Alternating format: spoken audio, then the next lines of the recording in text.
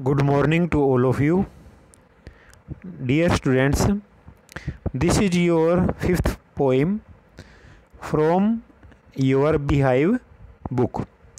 And the name of this poem is A Legend of the Northland. A Legend of the Northland. And the name of the poetess is,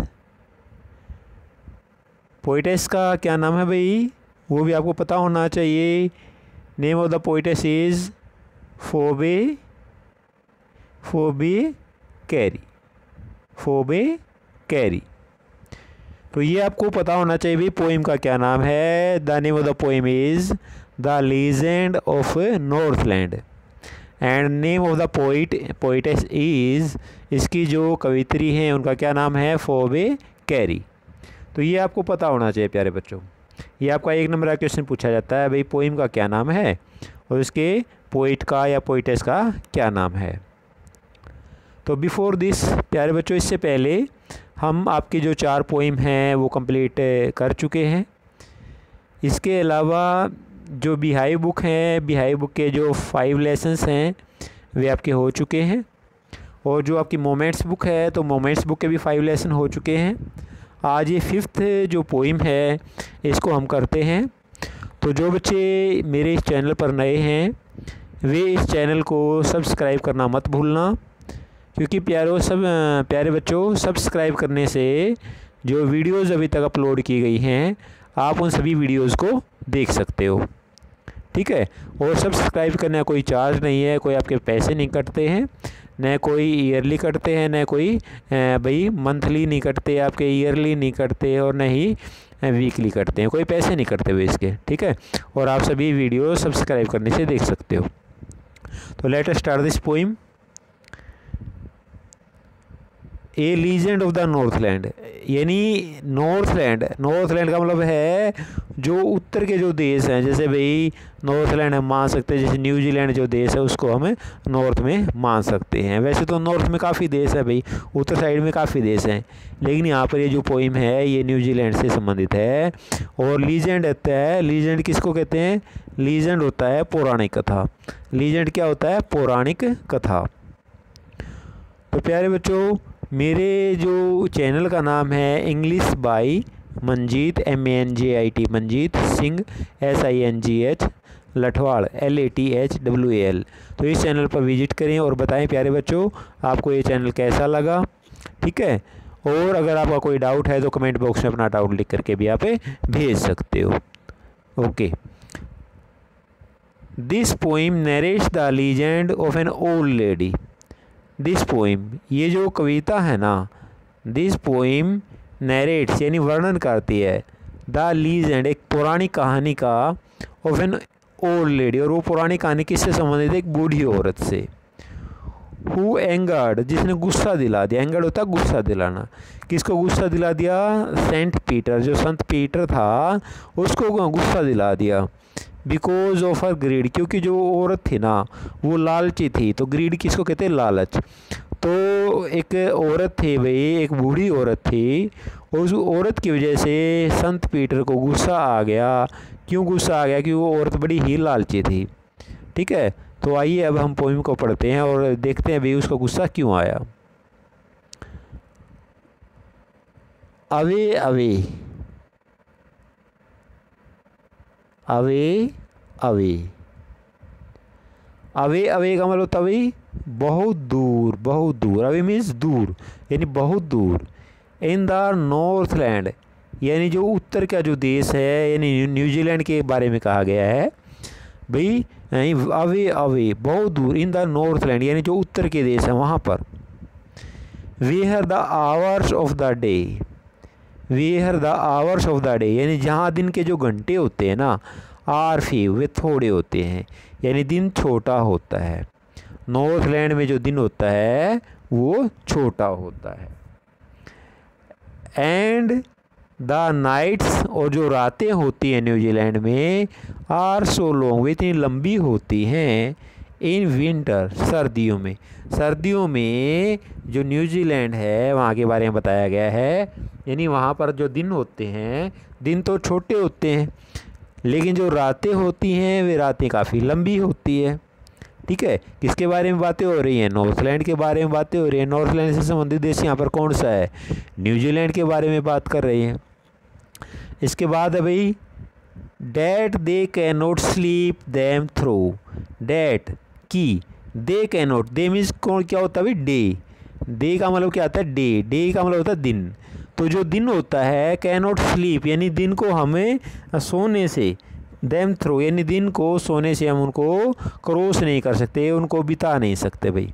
ठीक है, यानी जो then they can not sleep them through, यानी जो रात का जो समय है उसको सोने से पार नहीं किया जा सकता, यानी रात को सो करके बिताया नहीं जा सकता, क्योंकि रातें वहाँ पर काफ़ी लंबी होती हैं। तो प्यारे बच्चों, सबसे पहला क्वेश्चन क्या पूछा जाएगा आपको पता होना चाहिए। क्या क्वेश्चन पूछा जाएगा? Tell me the name of the poem. Poem का क्या नाम है? एंड इट्स पोइट, और इसके पोइट का क्या नाम है, आपसे पूछा जाता है। तो the name of the poem is the legend of Northland and the name of the poetess is Phoebe carry. तो ये आपको पता होना चाहिए प्यारे बच्चों, और मैं आशा करता हूँ ये जो पहरा अभी यहाँ तक पढ़ा है ये भी आपको क्लियर हो गया होगा। आगे चलते हैं। वेहर, जहाँ पर, वेहर जहाँ पर, वेहर का मतलब क्या होता है? जहाँ पर। वेहर दे हार्नेस, जहाँ वे जोतते हैं। हार्नेस का मतलब जोतना, हार्नेस का मतलब क्या होता है? जोतना। द स्विफ्ट रेंडियर यानी तेज गति से भागने वाले रेंडियर को। तो रेंडियर को जोतते हैं, कहाँ जोतते हैं भाई? रेंडियर को कहाँ जोतते हैं? To the sledge. स्लेज होता है बर्फ़ पर फिसलने वाली जो गाड़ी होती है, तो स्लेज के अंदर जोतते हैं।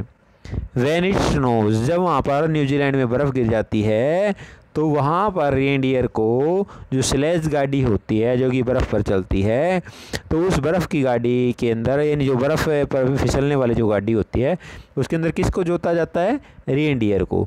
तो रेंडियर एक प्रजाति होती है, किसकी प्रजाति होती है? हिरण की। तो रेंडियर किसकी प्रजाति होती है? हिरण की। तो हिरण को कहाँ पर जोता जाता है? न्यूजीलैंड में। इसके बाद है भाई, and the children look like bears cub. और जो चिल्ड्रन होते हैं वे कैसे दिखाई देते हैं? बियर्स के कब जैसे, यानी भालू के बच्चों जैसे। वहाँ पर जो बच्चे होते हैं वे कैसे दिखाई देते हैं? जैसे वे भालू के बच्चे हों। क्यों दिखाई देते हैं ऐसे? इन देयर फन्नी, इन देयर फन्नी, क्योंकि जो उनकी क्लोथ्स होती हैं, जो कपड़े होते हैं वे काफ़ी कैसे होते हैं? फन्नी होते हैं। एंड फरी, फरी होता है भाई रोएदार, यानी बड़ी मुलायम कपड़े पहनते हैं वहाँ पर बच्चे, और वे बच्चे ऐसे लगते हैं जब उन्होंने बिल्कुल फरी क्लोथ्स पहने हुए होते हैं, यानी बिल्कुल जो मुलायम कपड़े पहने होते हैं, तो उनसे वे बच्चे ऐसे लगते हैं जैसे कि वे भालू के बच्चे हों, ऐसे वे लगते हैं। तो प्यारे बच्चों, ये जो पहरा था ये कंप्लीट हो गया है, पहला पहरा। इसके बाद जो हमारा सेकंड पहरा है, इस पहरे को हम करते हैं। तो मैं आशा करता हूँ जो पहला पहरा है वो आपको अच्छी तरह से समझ में आया होगा। दे टेल देम एक real story. They tell them, वे उनको बताते हैं एक रियल स्टोरी, एक अद्भुत कहानी उनको बताते हैं। वे उन बच्चों को एक अद्भुत कहानी बताते हैं। क्रेस होता है जिज्ञासु, अद्भुत जिसको कह सकते हैं। आई डोंट बिलीव, मैं विश्वास नहीं करती। इट इज़ ट्रू, यानी वो कहानी सच है। इट इज़ ट्रू, मैं विश्वास नहीं करती कि वो कहानी क्या है? वो कहानी सच है। ये क्या है? It is. ये क्या लगा रखे हैं यहाँ पर? It is. यहाँ पर इट जो है ना वो हिडन है भाई, यानी आई हिडन दे रखा है, सिर्फ टी दे दिया है और टी से पहले अपोस्ट्रोफी का साइन है, तो यहाँ पर आई क्या है? हिडन है। आई डोंट बिलीव, मैं विश्वास नहीं करती। इट इज़ ट्रू, कि ये कहानी सच है। And yet you may learn A lesson.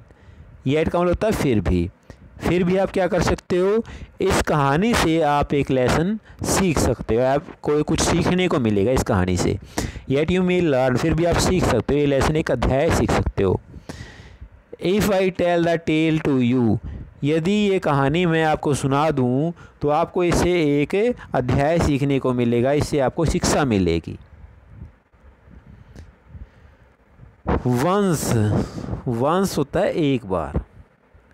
Van the good saint Peter, जब जो अच्छे जो संत पीटर थे, लिव्ड इन द वर्ल्ड, वे संसार में रहा करते थे, बिलो यानी इस पृथ्वी पर रहा करते थे, एंड वॉकड अबाउट, और वे घूमा करते थे, इट यानी पृथ्वी पर ही घूमा करते थे। इट का मतलब क्या है? पृथ्वी। प्रीचिंग का मतलब उपदेश देते हुए, प्रीचिंग का मतलब क्या होता है? उपदेश देना। तो वे इस पृथ्वी पर उपदेश देते घूमते रहते थे। जस्ट एज ही डिड, जैसा कि वे किया करते थे। वे क्या काम किया करते थे? वे जो संत पीटर थे वे उपदेश देने का काम करते थे भाई। यू नो, जैसा कि आप उनके बारे में जानते हो। इसके बाद है भाई, ही केम, वह आए, to the door of a cottage, एक झोपड़ी के दरवाजे पर आए। कौन आए भाई? संत पीटर आए। कहाँ आए? एक झोपड़ी के, कॉटेज क्या होता है? झोपड़ी होती है। एक झोपड़ी के दरवाजे पर आए। इन ट्रैवलिंग, घूमते हुए, राउंड द अर्थ, जब वे पृथ्वी पर घूम रहे थे चारों तरफ, तो घूमते घूमते वे एक झोपड़ी के दरवाजे पर आ गए। वेयर ए लिटिल वोमेन, जहाँ एक छोटे कद की औरत, वाज मेकिंग केक, तो वो क्या बना रही थी भाई? रोटियां बना रही थी। जहाँ एक छोटे कद की औरत क्या बना रही थी? केक्स बना रही थी, रोटियां बना रही थी। एंड बेकिंग दैम, और उनको पका रही थी, ऑन द हर्थ, हर्थ का मतलब होता है क्या होता है? चूल्हा। और उनको चूल्हे के अंदर क्या कर रही थी? बेक, बेक का मतलब होता है पकाना, सेकना। और उन रोटियों को चूल्हे के अंदर पका रही थी, सेक रही थी।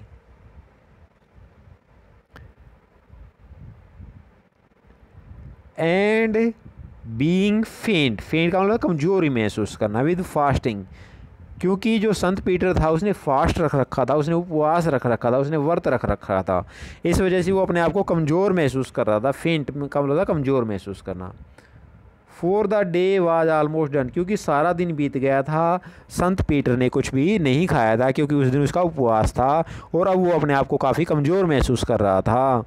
ही आस्क्ड हर, उसने उस औरत से कहा, from her store of cakes, भाई अपने रोटियों के भंडार में से, स्टोर कहते हैं भंडार, अपने रोटियों के भंडार में से, टू गिव हिम, भी मेरे को दे दो, ए सिंगल वन, यानी एक रोटी दे दो।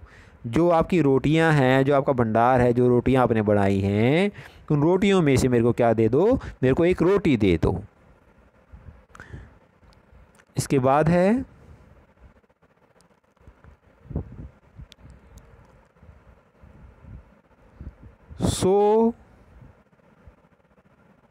सो सी मेड, इसलिए उसने बनाई, ए वेरी लिटिल केक, इसलिए उसने बड़ी छोटी रोटी बनाई भाई।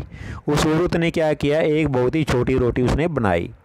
बट एज इट बेकिंग ली, लेकिन जब वो पकने के लिए तवे के ऊपर उसने डाली हुई थी, सी लुक्ड एट इट, तो उसने उस रोटी की तरफ देखा, एंड थॉट, और यह सोचा, इट सीम्ड, कि उसको ऐसी प्रतीत हुई वो रोटी, सीम्ड का मतलब होता प्रतीत होना, टू लार्ज, बहुत ही बड़ी रोटी वो प्रतीत हुई, टू गिव अवे, यानी वो उसको दे नहीं सकती, यानी ये रोटी तो इतनी बड़ी है कि मैं इसको दे नहीं सकती, उसने ऐसा सोचा। देयरफॉर, इसीलिए, देयरफॉर, इसीलिए, सी नीडिड, नीडिड मतलब गूथना, देयरफॉर शी नीडिड अनदर, यानी एक दूसरी रोटी का आटा उसने गूथा। एंड स्टिल, और अब भी, ए स्मॉलर वन, यानी वो उससे भी छोटी रोटी, उससे भी थोड़ा जो आटा था वो उसने गूथा। बट इट लुक्ड, लेकिन उसको ऐसा लगा, when she turned it over, जब उसने उस रोटी को पलटा, टर्न इट ओवर का मतलब है इसको पलटा, पलटना, एज लार्ज, ये भी उसको उतनी बड़ी दिखाई दी, as the first had done, जितनी की पहली रोटी बड़ी थी, उसको ये रोटी भी उतनी ही बड़ी प्रतीत हुई। देन, उसके बाद, सी टुक ए टीनी स्क्रैप ऑफ डफ, उसने आटे का बहुत ही छोटा टुकड़ा लिया, स्क्रैप का मतलब होता है टुकड़ा, उसने आटे का बहुत ही छोटा टुकड़ा लिया। डफ का मतलब होता है यहाँ पर जो आटा था, जो आटा भाई क्या कर रखा था? गूथ रखा था, तो उसका एक छोटा सा टुकड़ा लिया उसने। एंड रोल्ड, और उसको बेलती गई, इट फ्लैट, और उसको बेल करके समतल कर दिया।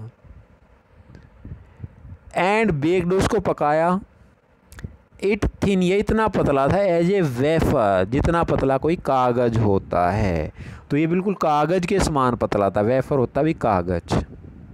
तो ये कितना पतला था, बिल्कुल कागज़ के जैसा ये पतला था, यानी बहुत ही पतला था भाई, यानी उसको बहुत ही पतला बना दिया भाई, बहुत ही कागज़ जैसा उसने उसको पतला बना दिया। उसके बाद क्या हुआ भाई, कागज़ जैसा उसने पतला बना दिया। But she could not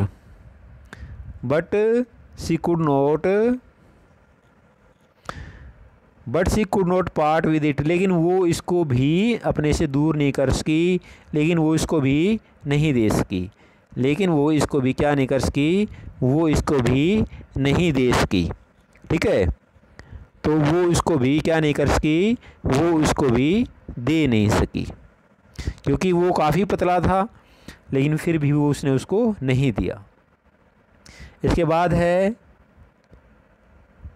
four she said, क्योंकि उसने ये कहा माई केक्स, यानी जो मेरी रोटियां हैं ना, डैट सीम्स टू स्मॉल, यानी जो इतनी छोटी प्रतीत होती हैं, यानी मेरी रोटियां बड़ी छोटी प्रतीत होती हैं। When I eat of them my self, यानी जब मेरी रोटियों को मैं खुद खाती हूँ तो वो मेरे को बड़ी छोटी लगती हैं। ठीक है, आर येट टू लार्ज, और वे बहुत बड़ी हो जाती हैं। टू गिव अवे, जब मैं उनको किसी को देना चाहती हूँ तो वो मेरे को बहुत ही बड़ी लगती हैं। सो सी पुट दैम, इसलिए वो उनको रख देती है ऑन द सेल्फ, यानी उनको सभी को अलमारी में रख देती है। उसके बाद क्या होता है,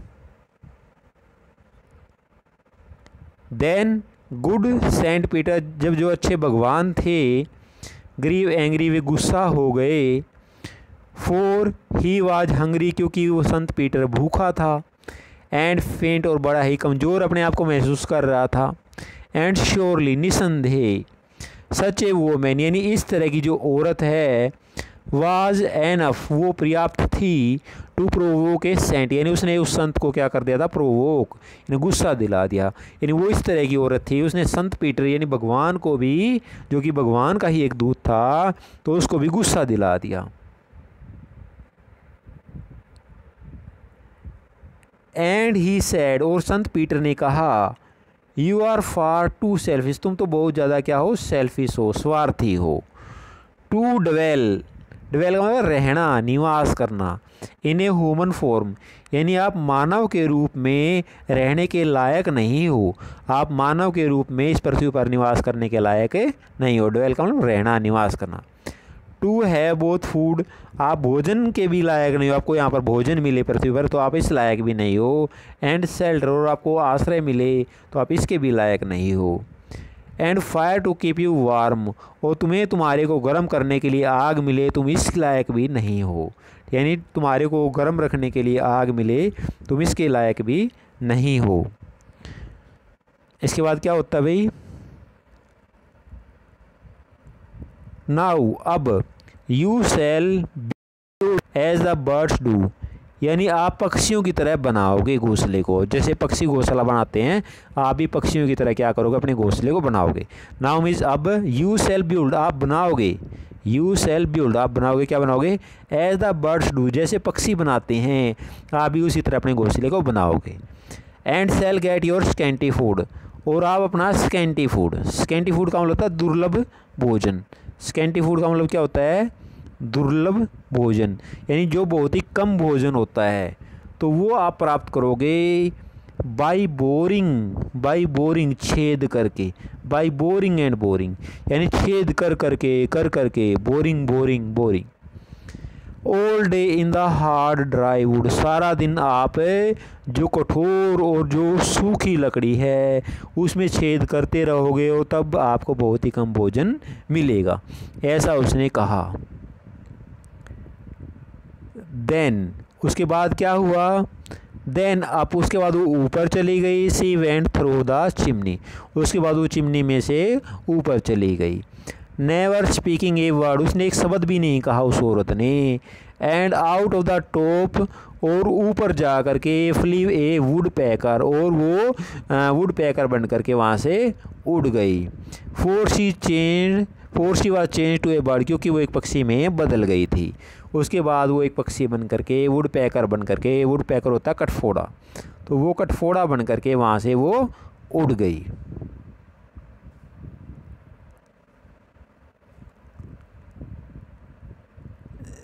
सी हैड ए स्कारलेट कैप, उसकी जो टोपी है ना वो कैसे रंग की है? स्कारलेट। स्कारलेट होता है तीखा लाल रंग, यानी गहरा लाल रंग। उसकी टोपी कैसी है? गहरे लाल रंग की। ऑन हर हेड, यानी उसके सिर पर टोपी कैसी है? उस पक्षी के सिर पर टोपी कैसी है? गहरे लाल रंग की। And dad was left the same, और वो वैसी ही बनी रही।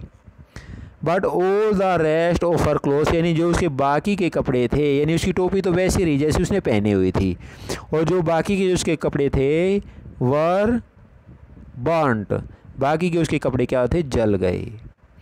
Black as coal in the flame, तो वो आग में कोयले जैसे क्या हो गए? काले हो गए। उसके कपड़े आग में कोयले जैसे काले हो गए।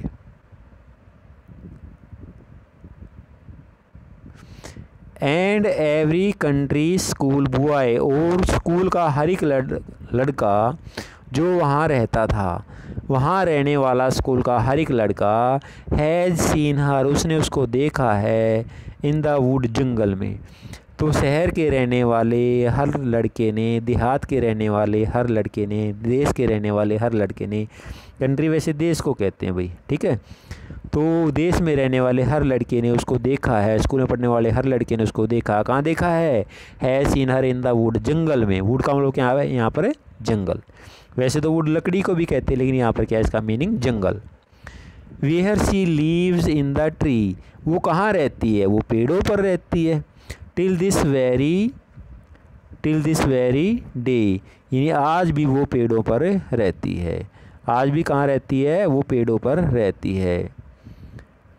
Boring and boring for food, और वो भोजन प्राप्त करने के लिए पेड़ों को छेदती रहती है। बोरिंग का मतलब बोर करना, छेद करना, और वो पेड़ों को क्या करती रहती है? और वो पेड़ों को छेदती रहती है।